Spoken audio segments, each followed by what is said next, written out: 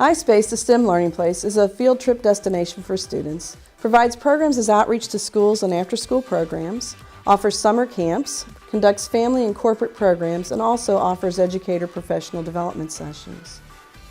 This video will explore Newton's law of motions using effervescent tablet rockets. The video will demonstrate how Newton's third law of motion is applied to the launching of rockets. Students will learn that for every action, there is an equal and opposite reaction. It also provides a good introduction to controlling variables in an experiment.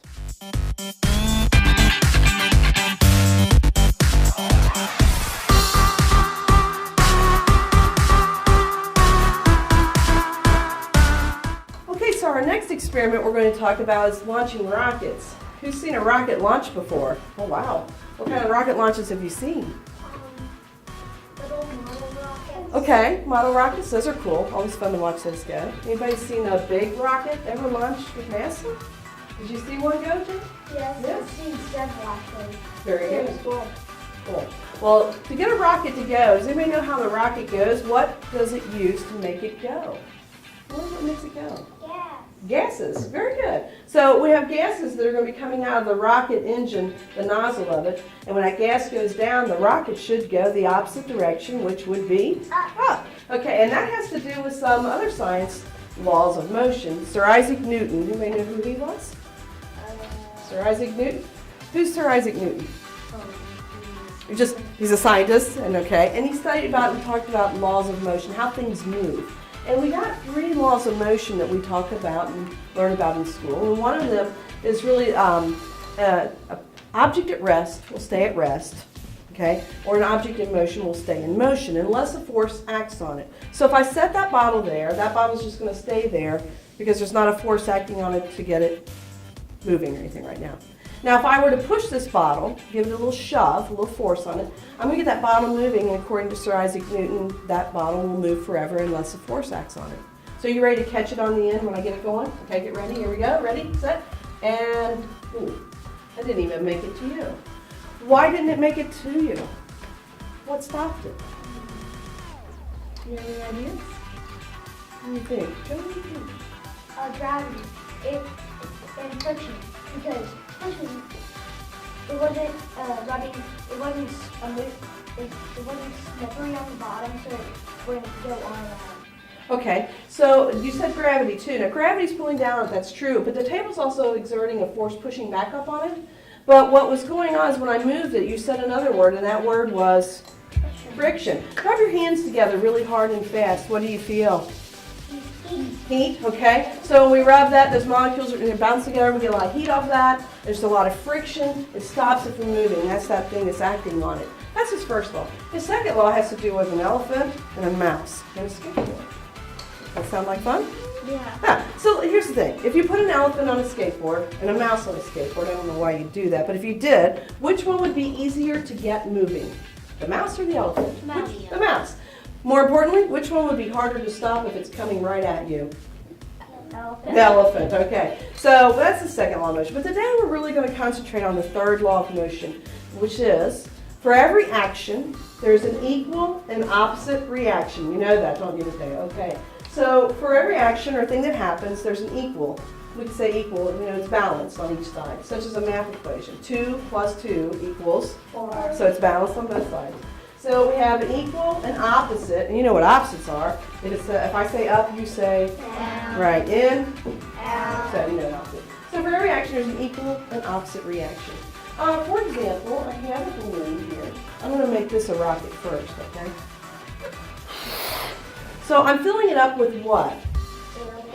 Gas. A gas. A gas I give off out of my lungs, which is called, anybody know? Carbon dioxide, good.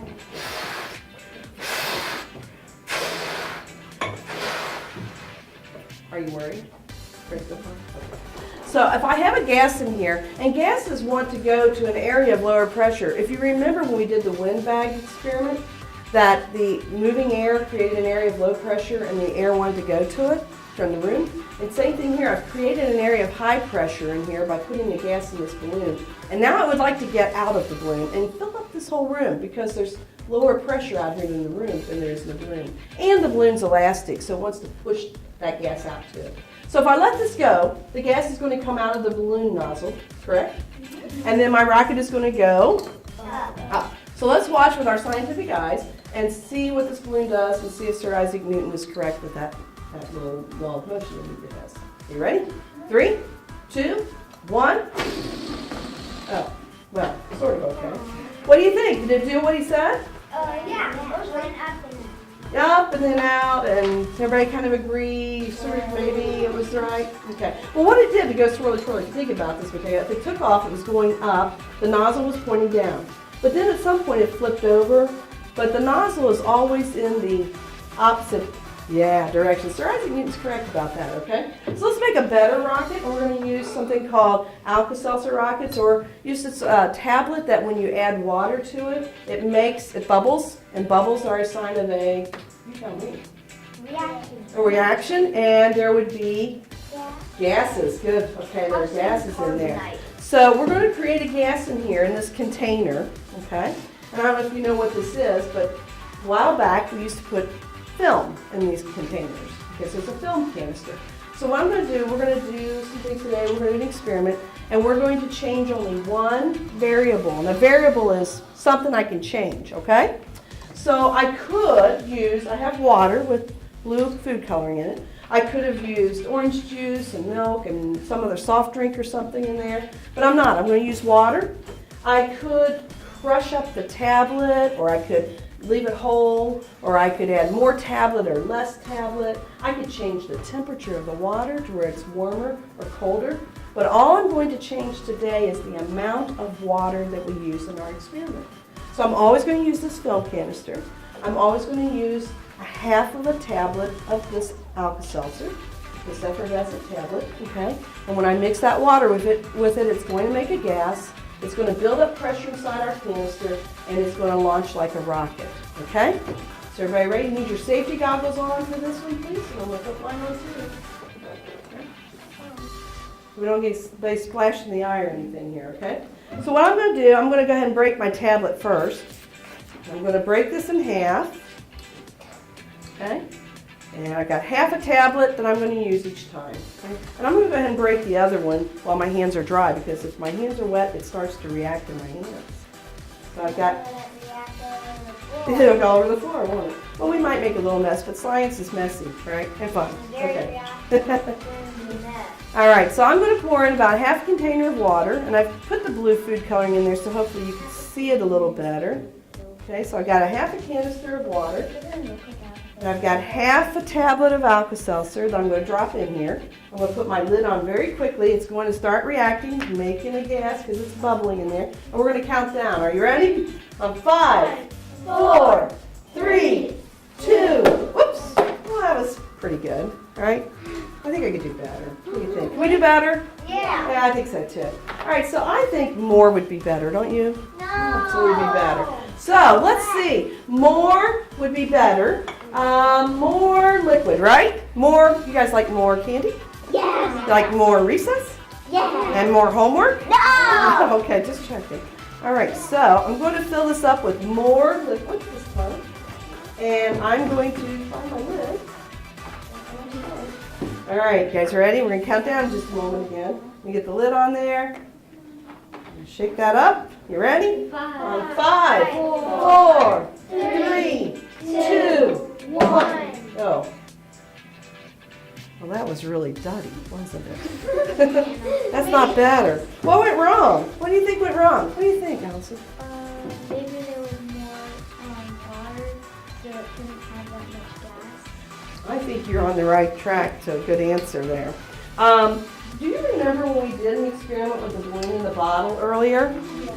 And we couldn't put the balloon in there because it was filled up with gas. Well, in this case, if I fill up the canister with water, well, what's launching my rocket? Gas. So I want more Gas. gas and less water. We can do that. We got one left. All right, so I'm going to let that go. You guys see? Put it on the ground. Put it on the ground and see how high it goes. I'm going to hold it. 1. Blast off. 4, 3, 2, 1. 5. There it goes. It's still pretty high, wasn't it?